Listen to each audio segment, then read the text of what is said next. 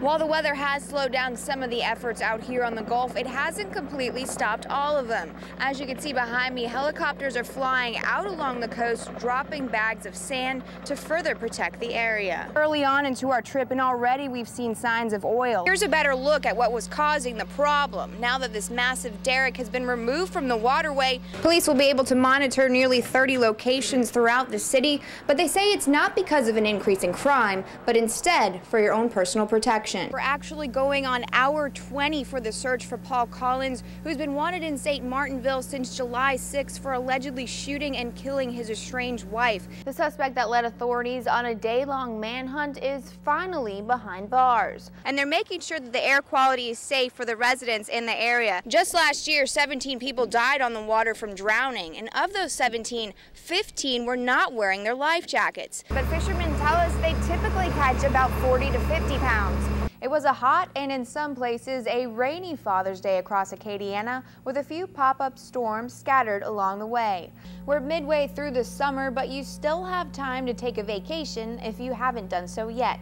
We're now joined by Trooper Stephen Hammonds of State Police Troop I here in Acadiana, and he's here to talk about hurricane safety. Now, we got lucky, we're not getting directly impacted by Bonnie, but tell us, what does this mean for the future? What do you want residents to be doing now? Several local sheriff departments, along with state police and other agencies, have surrounded the cane field that you see behind me, and they're searching for the man that's been on the run for nearly a month.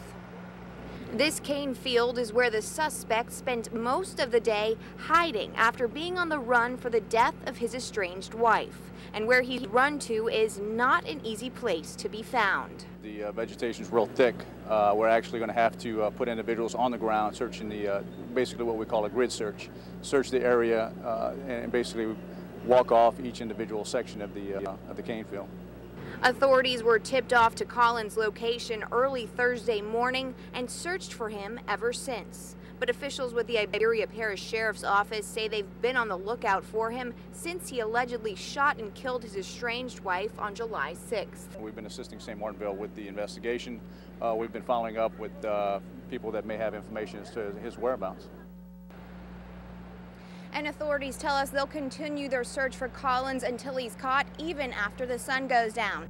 What was once an ideal location for fishing and other activities out on the water is now a place filled with boatloads of BP workers, boom, and oil. And for those who used to make a profit out on the water, they're now working for the oil giant that started this mess.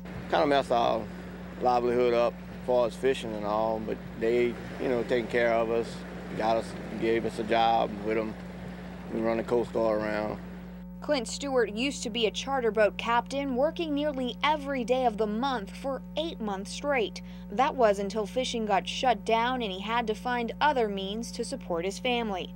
So to now earn a paycheck, he uses his boat to drive around those working at the scene and members of the media who want a better look at it. And on this particular day, we got a look at what wasn't going on due to the bad weather. The weather's kind of holding them up right now. All these little storms popping up, it's kind of hard to work out by the Gulf being so rough. We do have to stand down the actual booming and boom maintenance, not just that, but also the cleanup. I mean, we're not able to get out there, put skimmers in the water and work with them, or be able to lean over into the water and pick up debris and things like that, or on the beaches and do cleanup there also.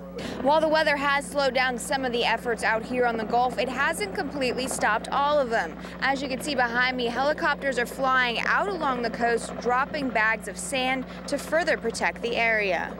But this string of sandbags is only part of the line of defense in the fight against the oil. Katie Johnson, KLFY TV 10, Eyewitness News. It's not a message you'd typically see in a church billboard, but here on the slab is exactly where Easter services took place. Members of the Northwood United Methodist Church in Lafayette made the best of what they had after losing their church to a fire just a year ago. We've had to discover what it means to love and care for each other without a building. The remaining frames were torn down just weeks ago, and despite not having a hall to worship in, churchgoers still wanted to be home for Easter. This is where we felt like we needed to be, here on our grounds, our beautiful, wonderful place where we belong. Since the fire, churchgoers have had to meet in other locations to worship, but on days when the weather's nice, they still meet on the slab.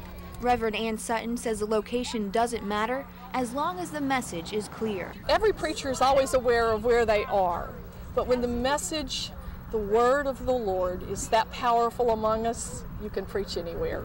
But next Easter, services may once again be more traditional. Plans have been drawn up for the new additions, which are expected to be complete in the fall. Last year, we had a shadow over us with the fire occurring shortly before Easter. This year, everyone is resilient. They're looking forward to the future. A future that looks even bigger and better than before. Katie Johnson, KLFY TV 10, Eyewitness News.